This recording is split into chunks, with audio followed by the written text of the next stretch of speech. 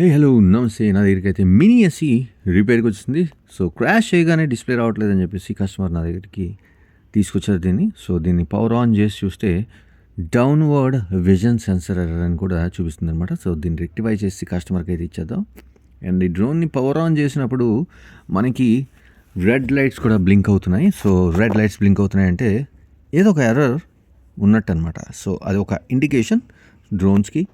So దీన్ని rectify చేసినప్పుడు mini SC repair అయితే అయిపోయింది. సో కస్టమర్కి అయితే డెలివరీ చేసేస్తాను. డెలివరీ చేసే ముందు చెక్స్ అయితే కంపల్సరీ కదా. సో ఎర్రర్స్ ఏం లేకుండా చక్కగా ఫ్లై అవుతుందో లేదో, గింబల్ ఫంక్షనింగ్ ఎలా ఉంది అన్నీ చెక్ చేసిన తర్వాతే కస్టమర్కి అయితే డెలివరీ చేయడం జరుగుతుంది. సో దీనికోసం మనం బయట కూడా ఫ్లై చేస్తాం. సో ఫ్లై చేసి స్మూత్గా ఫ్లై అవుతుంది, గింబల్ పర్ఫెక్ట్గా పనిచేస్తుంది. ఫ్లై చేస్తున్నప్పుడు గింబల్ మీద వైబ్రేషన్స్ ఏం రావట్లేదు అని చెక్ చేసుకుని కస్టమర్కి అయితే డెలివరీ చేయడం జరుగుతుంది.